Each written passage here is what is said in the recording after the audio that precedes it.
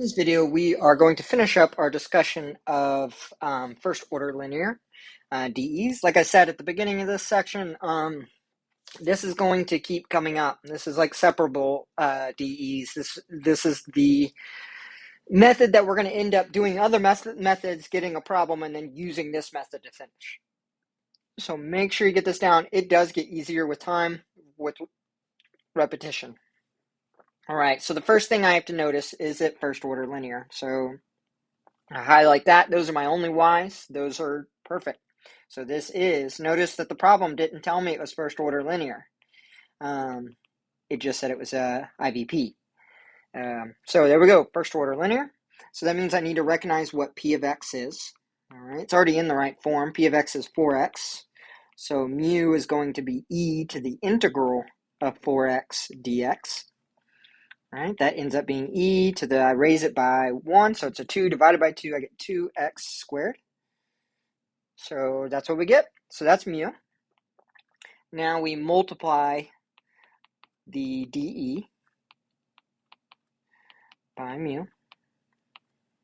So we get e to the 2x squared y prime, just multiplying the dE by it, 4x e to the 2x squared times y. And then multiplying this side by it, we get x cubed e to the 3x squared. All right, by the theory, with first order linear, this becomes the derivative of mu, which was e to the 2x squared, times y. It's always mu times the independent. This is still the same thing. I'm actually going to rewrite this. I'll do it in the next line. So we have to take the integral now. So I take the integral of both sides. A lot of this class, most of the time you're going to be spending is rewriting problems, rewriting each step. There's a lot. We just have to do it. None of us like doing it. We just have to. So, okay, so equals the integral. Okay, I'm going to rewrite this, and you'll see why here in a moment. Put an x dx. I just took an x from the x cubed and put it at the end. All right, the left side's nice and easy.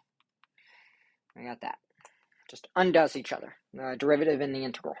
Now, the right-hand side is not as straightforward. It's a u sub. The u sub is going to be what you think it would be, negative 3x squared.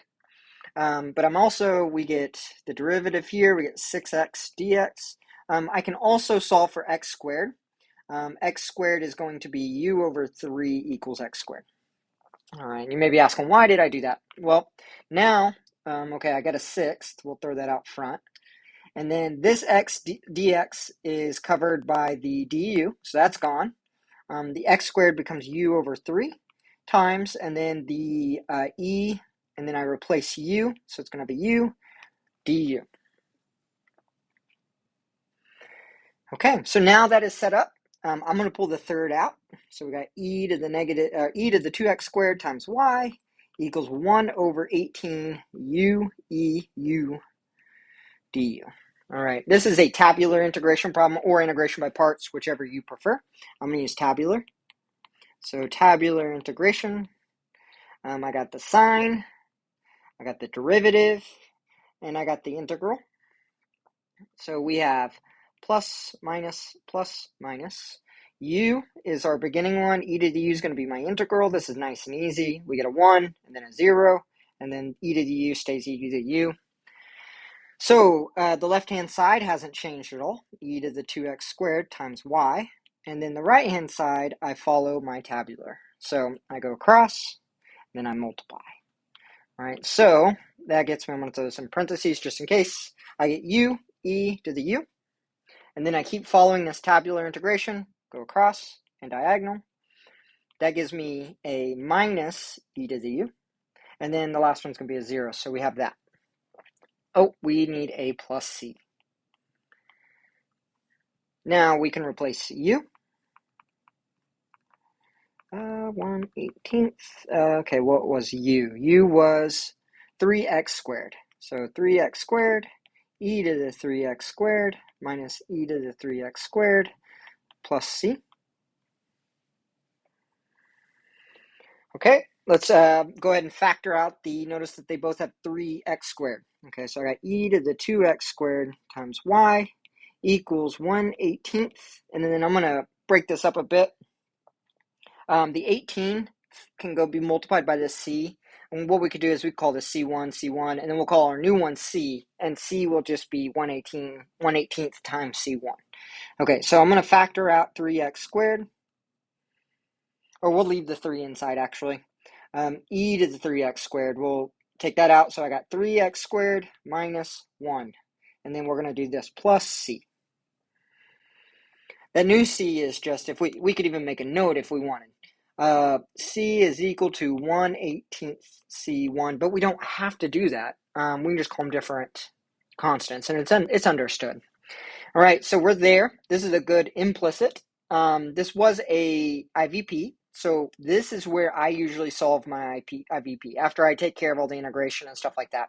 So using the problem has y of 0 equals -1.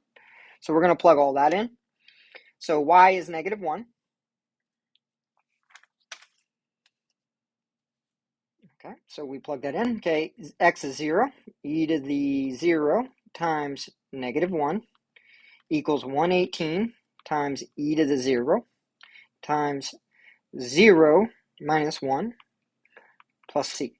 So the left-hand side, we get a -1. This side, we get a -1/18th plus c, which means c is equal to, it's going to be -17/18. All right, so we go ahead and now write down our final answer, or almost our final answer. 2x squared, let's do this in yellow, sorry. I'm messing up the colors. All right, here we go. Okay, so we got e to the 2x squared times y equals 1/18th e to the 3x squared times 3x squared minus 1 minus 17/18. Now what we can do is multiply both sides by e to the -2x. So it's going to get we get y equals 1/18th e to the x squared times 3x squared minus 1, I don't multiply it in that because it's being multiplied, minus 17/18 e to the -2x squared. And there is our explicit solution. If we needed the I, there were no restrictions on this. I'm not dividing by variables or anything like that, so it's all real numbers. That's it. You need practice for this. Lots and lots of practice. This method will not go away, so you need to get it down because we're going to keep revisiting it at the end of every other problem going forward. Not every problem, but a lot of them.